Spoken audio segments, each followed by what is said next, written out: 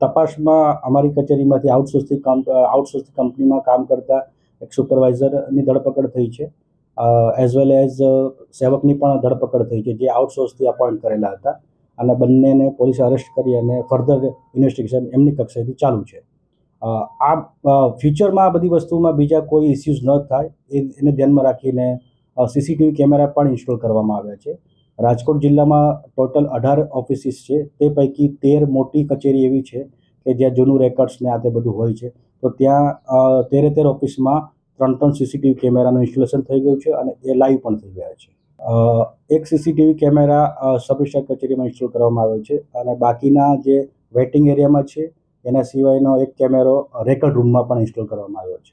એ particular કચેરીના અધિકારીની permission લઈને જ રેકર્ડને લેવા માટે જવાનું. સીસીટીવી કેમેરા જે ઇન્સ્ટોલ કર્યા છે એની કેપેસિટી 65 ડેઝની છે, જે રેકોર્ડેડ ફૂટેજ હોય છે એ 65 ડેઝ સુધી ઇન્સ્ટોલ રહેતા હોય છે.